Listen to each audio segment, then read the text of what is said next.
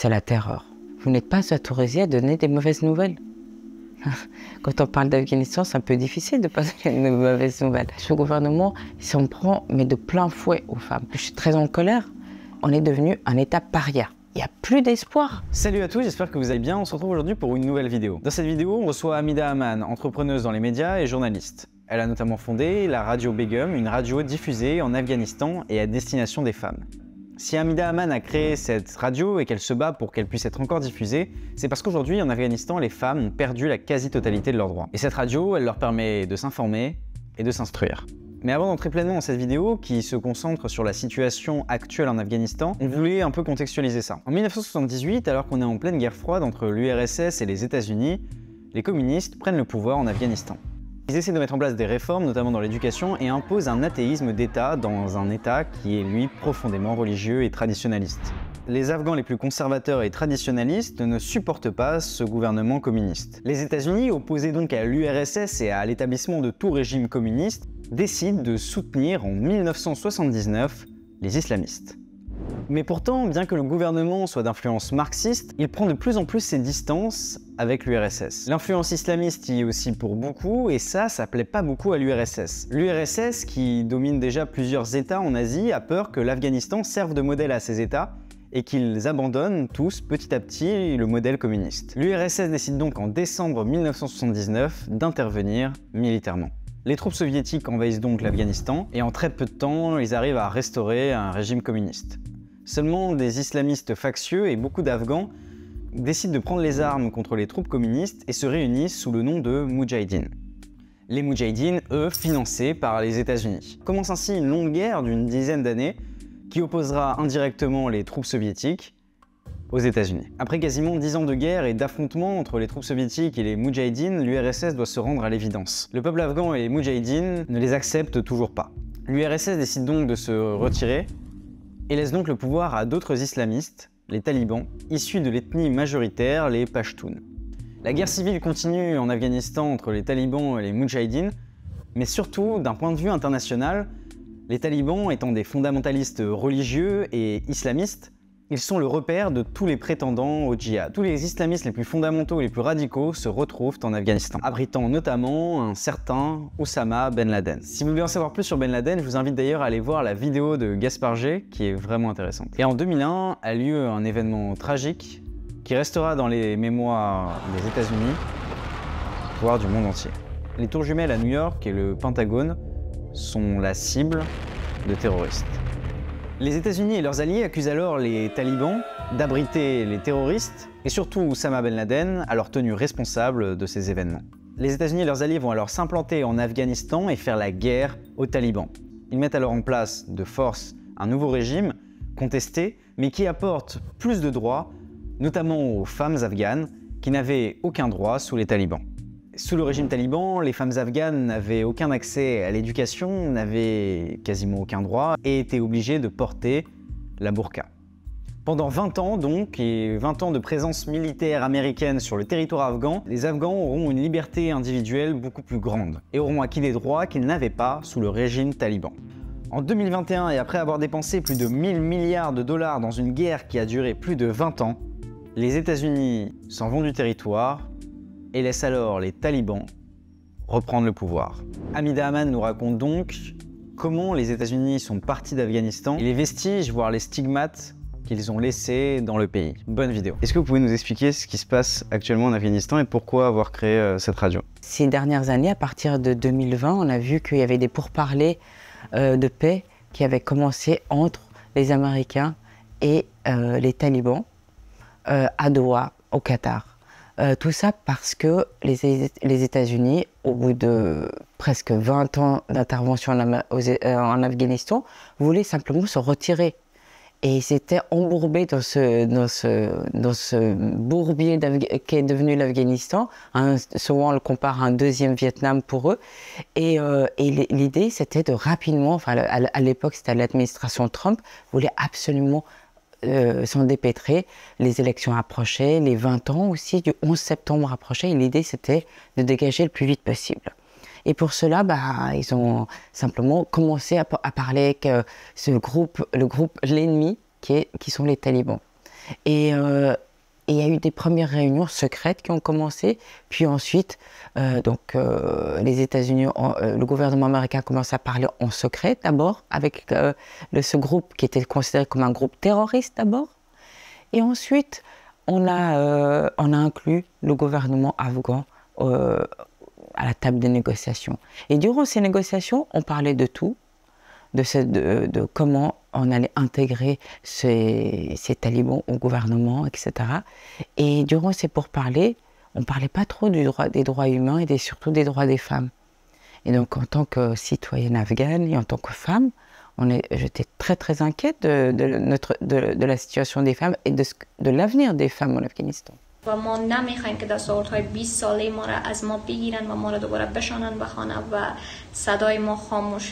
Et j'ai pressenti aussi que à l'avenir, il fallait compter avec ce groupe-là dans le pays et qu'ils allaient jouer un rôle actif. Et par conséquent, en jouant un rôle actif, on les connaît, c'est quand même un groupe très radical, très porté sur un islam très radical. Donc, ça allait être certainement un problème pour nous les femmes. Et certainement qu'il fallait défendre nos droits. Donc, en prenant compte de tout ça, je me suis dit, bon, il faut réagir. Et j'ai lancé cette radio pour que la voix des femmes continue à résonner et pour qu'on puisse parler de nous et de nos droits à l'avenir.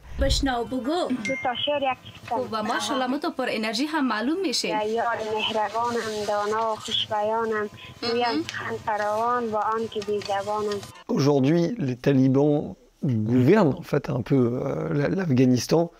Comment ça se passe la vie quotidienne avec un gouvernement qui a été considéré comme terroriste par beaucoup de pays occidentaux, qui se revendique d'un islam radical, mais dont on doute même de la sincérité religieuse, qui est presque une manière de contrôler les populations. Comment on vit dans ces pays-là en tant que citoyen normal, et d'autant plus en lançant une radio pour les femmes?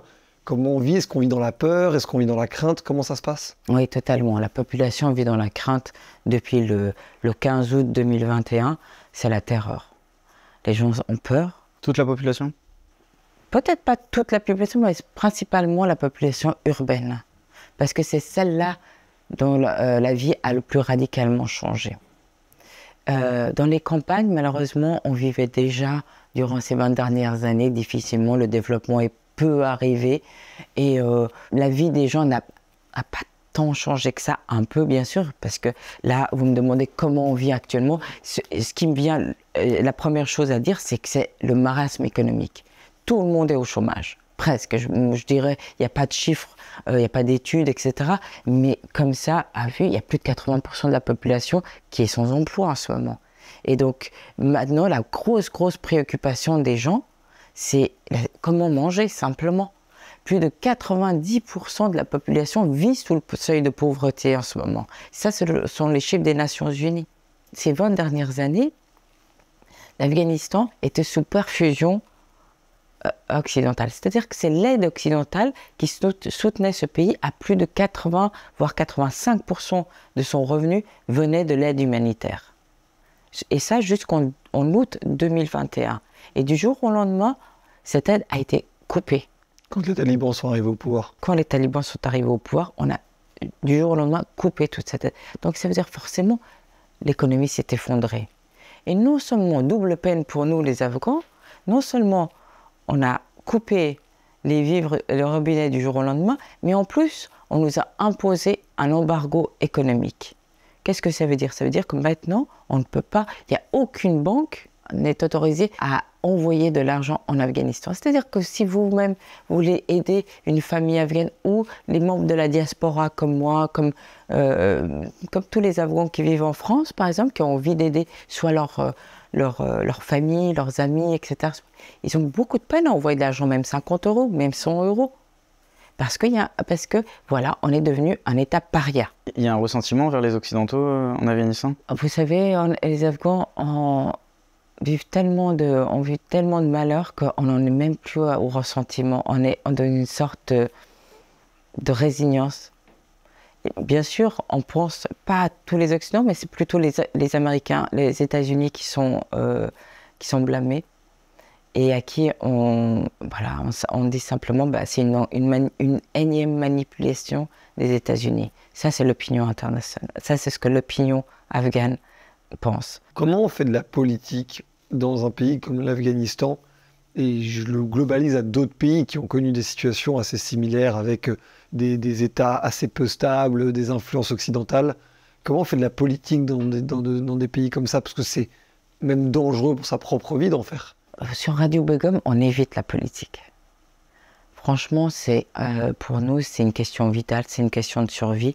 Actuellement, maintenant, ça fait 2 ans que la radio existe et on doit notre survie justement par le fait on essaie de ne pas faire de politique.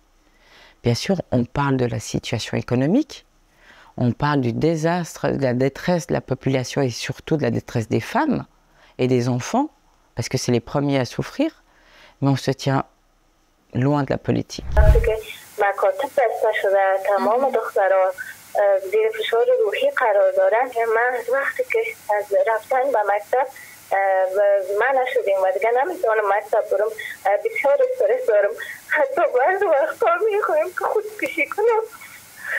صدف جان دختر نازنینم هنوز بسیار جوان استی. این احساسات در حال تغییر است. Actuellement, quasiment tous les médias sont brimés. En fait, on ne peut pas parler librement. On nous a simplement dit, vous n'êtes pas autorisé à donner des mauvaises nouvelles.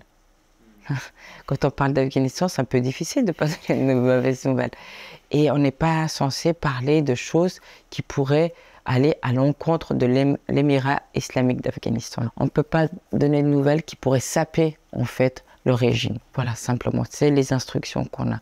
Donc nous, sur Radio Begum, on s'en tient à donner la parole à nos auditrices pour qu'elles expriment leur situation, pour qu'elles parlent de leur colère, que ce soit au niveau économique, leur vie quotidienne, que ce soit au niveau de l'éducation, parce que vous savez que les filles ne sont plus autorisées à aller à l'école au-delà du collège et maintenant des universités. Et aussi les femmes sont interdites de travailler dans les ONG, que ce soit des ONG locales ou internationales.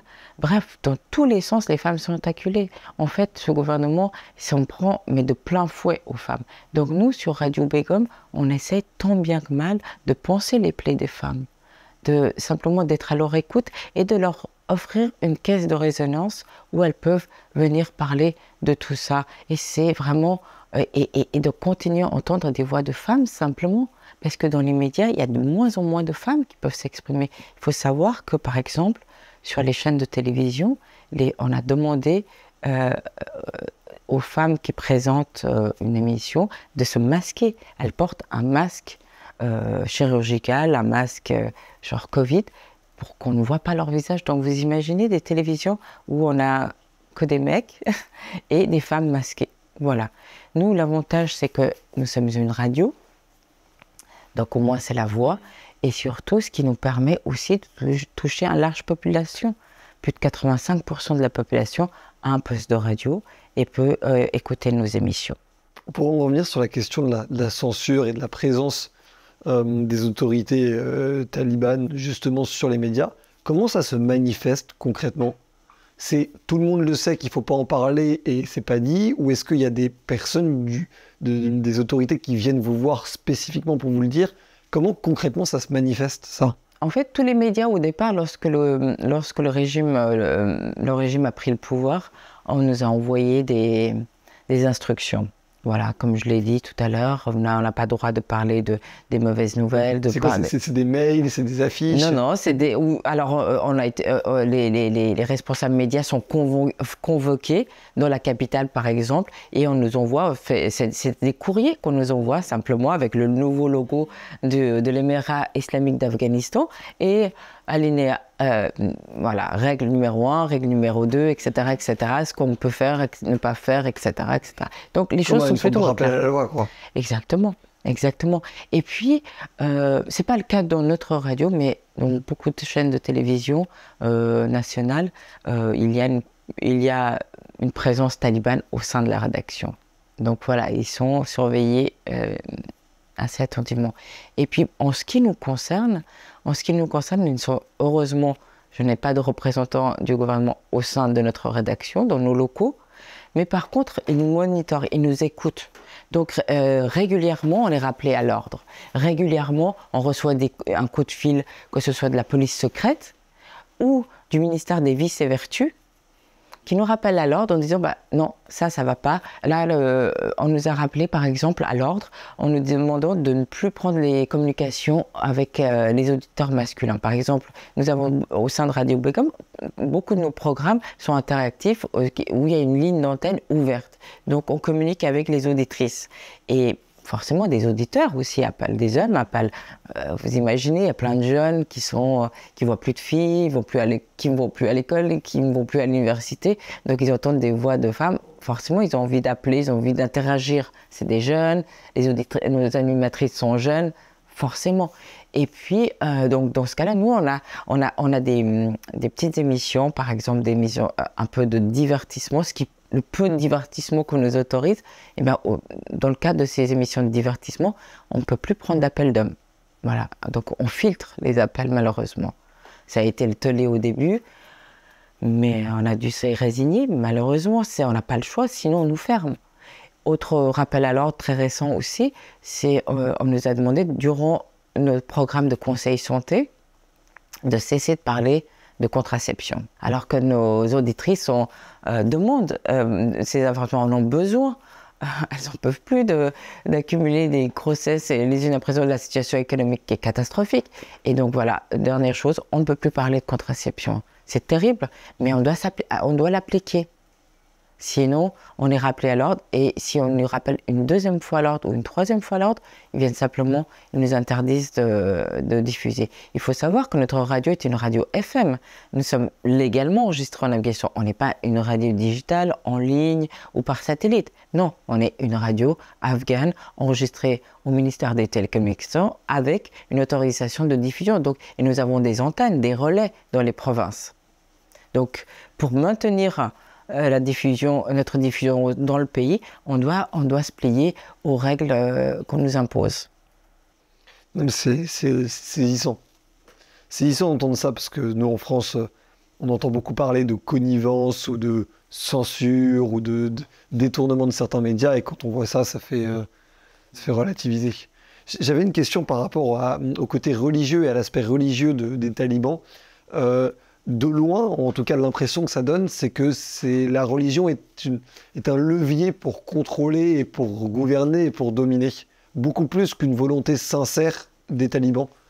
Qu'est-ce que vous en pensez et comment vous le voyez ça? Il faut savoir que l'Afghanistan est un pays un des pays les plus pauvres du monde. Il faut savoir qu'on a presque 40 ans de guerre et de conflits divers derrière nous.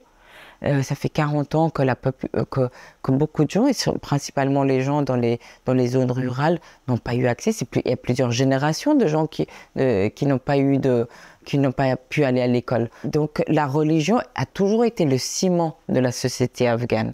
La population afghane est très homogène, assez homogène dans le sens où quasiment à 99%, c'est une population musulmane. On a eu, là, on a quasiment plus, malheureusement, ils sont en train de tous partir. On a eu une communauté hindoue, on a eu une petite communauté juive, mais toutes ces communautés sont parties. Et l'Afghanistan est quasiment à 99% musulmane, et avec principalement un islam sunnite, avec une minorité chiite de l'ordre de 15-20%. Donc, l'islam règne. Et bien sûr, ce régime utilise largement l'islam pour régner simplement. Et interdire l'éducation des filles et le travail des femmes, etc., ce n'est pas l'islam. Et ça, tout le monde le sait. Par contre, ils font en fait un joyeux mélange d'islam et de tradition tribale. Parce que l'Afghanistan, non seulement elle est musulmane, mais en plus, elle est composée de différentes ethnies, de groupes ethniques et de tribus. Et les talibans viennent des zones du sud de l'Afghanistan. Leur fief, c'est Kandahar. Une zone tribale avec différentes tribus pashtuns. Et là, ça a toujours, le Pashtunwali ou les traditions claniques ont toujours régné. Et donc c'est un doux mélange entre ces traditions-là et l'islam. Et là, ils sont en train d'imposer à tout le pays ces traditions-là. Alors que dans d'autres régions du pays, on est musulman, mais on n'a pas non plus des restrictions aussi difficiles. Donc voilà, c'est un mélange des deux. Et ils veulent faire croire à la population que c'est l'islam qui impose ces règles. Mais non, l'islam n'a jamais imposé ça. On le voit bien. D'ailleurs, beaucoup de pays musulmans qui sont intervenus pour que ce soit la Turquie, que ce soit le Qatar ou le Concile des États islamiques, pour dire, ben non, vous ne pouvez pas utiliser l'islam comme levier et comme prétexte à interdire aux femmes et aux filles l'éducation, le travail, enfin bref, une vie. Mais ils n'écoutent pas. Depuis un an, les Afghanes refusent de rester silencieuses. Elles bravent régulièrement l'interdiction de manifester. Nous élèverons nos voix contre toutes les injustices jusqu'à notre dernier souffle. Nous nous dresserons contre toute la tyrannie imposée par les talibans au peuple afghan et aux femmes en particulier. Est-ce qu'aujourd'hui, quand vous allez en Afghanistan, en tant que femme, vous avez peur de vous dire bah, peut-être je ne vais pas revenir, peut-être je vais me faire emprisonner? Est-ce qu'il y a des femmes qui sont emprisonnées aujourd'hui? Est-ce qu'il y a des mouvements justement pour l'émancipation des femmes en Afghanistan? C'est toujours un grand risque d'aller travailler en Afghanistan. Et pour quelqu'un comme moi, qui est quand même occidentalisé, qui représente un peu l'ennemi aussi, parce que je suis trop moderne, etc. Aller en Afghanistan, travailler au sein d'une radio pour femmes, etc., c'est un risque, effectivement. C'est un risque que j'ai décidé d'accepter. Parce que j'ai envie d'agir, je ne peux pas rester sans rien faire. Et pour moi, accompagner mon équipe sur place, accompagner ces jeunes femmes dans leur quotidien et leur travail et les encourager, c'est une priorité. Je ne me voyais pas diriger cette radio en remote depuis la France et ne pas y aller. J'ai besoin d'être sur place, j'ai besoin de comprendre ce qui se passe pour pouvoir aussi intervenir et agir avec elles à leur côté. Et pour qu'elles se sentent moins seules et qu'elles aient du courage pour avancer. Parce qu'il en faut du courage tous les jours en ce moment, quand on est une femme, de se lever tous les matins, de venir au travail, et parce qu'il y a plus d'espoir. C'est ça qui est terrible en ce moment. C'est qu'on est dans une situation où les jeunes, on leur a tout coupé. Il n'y a pas de travail, il n'y a pas de débouché, il n'y a pas d'avenir. Même pour les jeunes hommes. Les jeunes hommes, il y a peu d'espoir. Souvent, là, on assiste, et c'est terrible de voir ça, à des départs. Et si on n'agit pas rapidement dans ce pays, s'il n'y a pas une intervention ou quelque chose qui est fait, mais ça va être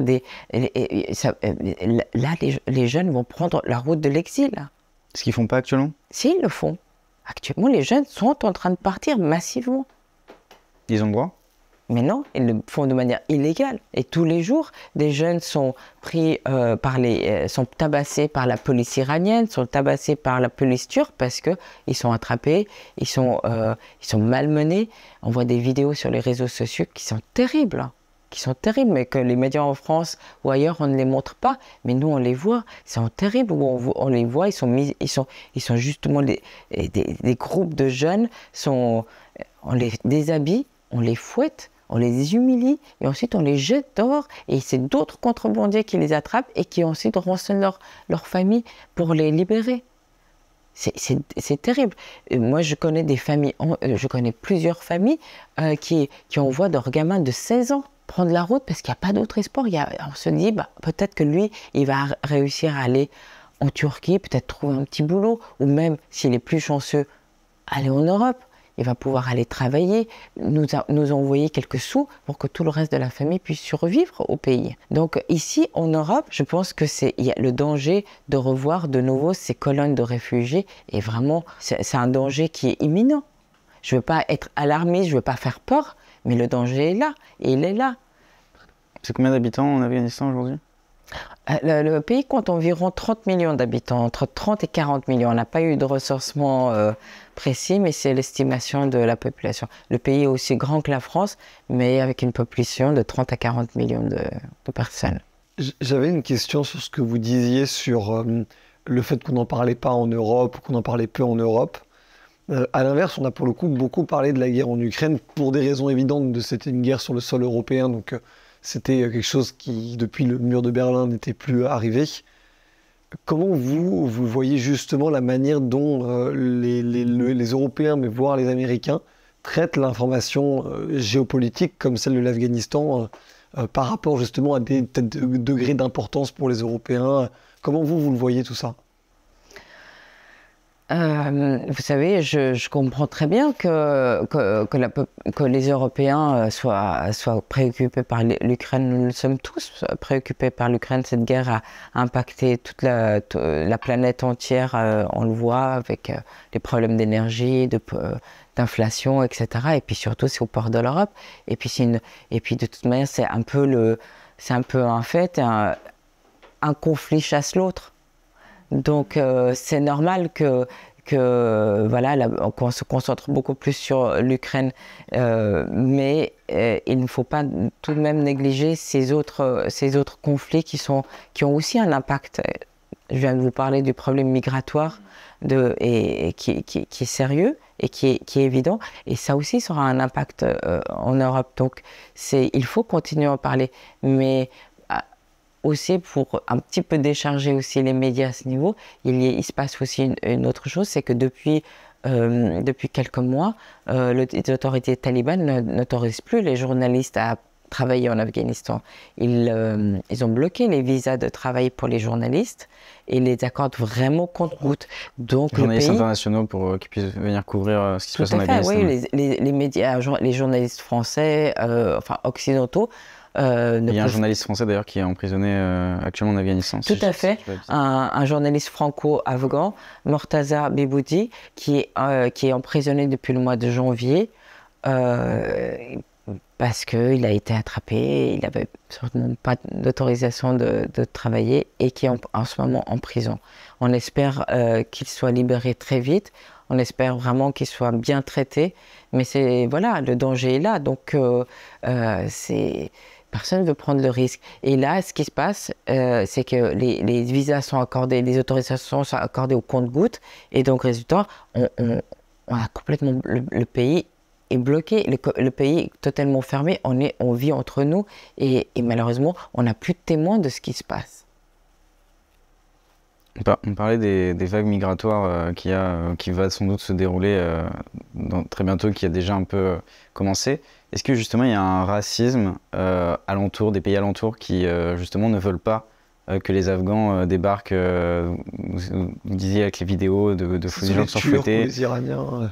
Est-ce qu'on voit un racisme justement se développer Un racisme terrible. Et c'est pas nouveau. C'est pas uniquement depuis maintenant, mais l'Afghanistan, ça fait des années où il y a des conflits directs et il y a régulièrement des populations, beaucoup de gens trouvent refuge dans les pays voisins. Et les plus terribles sont les Iraniens. Mais d'un autre côté, la population pakistanaise s'est toujours montrée beaucoup plus solidaire avec les Afghans, bien plus que les Iraniens. Je ne veux pas taper sur les Iraniens, ils ont chacun leur raison, mais c'est vrai que le sort des réfugiés afghans est plus terrible en Iran qu'au Pakistan, par exemple. Et puis aussi, fait nouveau, bien sûr, et aussi, comme je vous ai dit tout à l'heure, la police des frontières turque est aussi assez terrible aussi envers ces migrants qui traversent leur territoire. Et ce racisme iranien, il date depuis un moment déjà. C'est un conflit qui existe entre les deux populations, Afghanistan et... Oui, en fait, comme je vous ai dit, ça fait 40 ans qu'il y a des conflits en Afghanistan. Donc durant les années 80, lorsqu'il y avait la guerre entre l'Union soviétique et la résistance afghane, il y a eu énormément de vagues de réfugiés. Principalement vers le Pakistan. Il y a eu une période dans les années 80-90, il y avait plus de 6 millions de réfugiés au Pakistan. Et on estime à peu près à 2 millions le nombre de réfugiés dans ces années-là en Iran. Il faut savoir que lorsqu'on était réfugié afghan en Iran, et c'est toujours le cas, on n'a pas d'autorisation, on n'a pas de carte. Lorsqu'un enfant naissait sur place, il n'y avait aucune existence.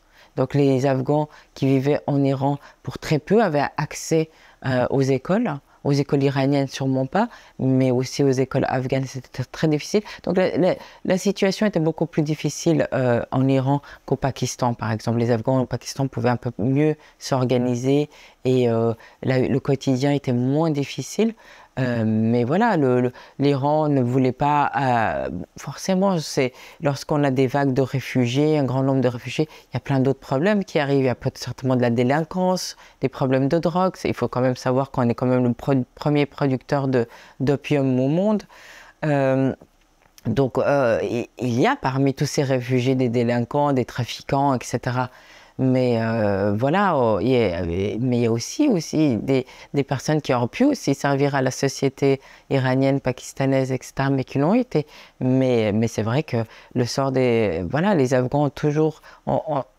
le problème de l'Afghanistan, c'est qu'on a connu énormément de vagues de réfugiés. Chaque fois qu'il y avait un conflit, le pays se voit vidé de sa population, que ce soit vers les pays voisins, mais aussi là, actuellement, on l'a vu, beaucoup sont partis, pas beaucoup, mais on compte à peu près à 100 000 le nombre de personnes qui ont été évacuées et sont parties vers des pays occidentaux ces 2 dernières années. J'ai une question, c'est est-ce que pour vous, il y a de l'espoir vis-à-vis de ce qui se passe en ce moment? Est-ce que les talibans vont soit devenir un régime de plus en plus démocratique, ou est-ce qu'ils vont être renversés, ou est-ce que ce régime va rester tel qu'il est?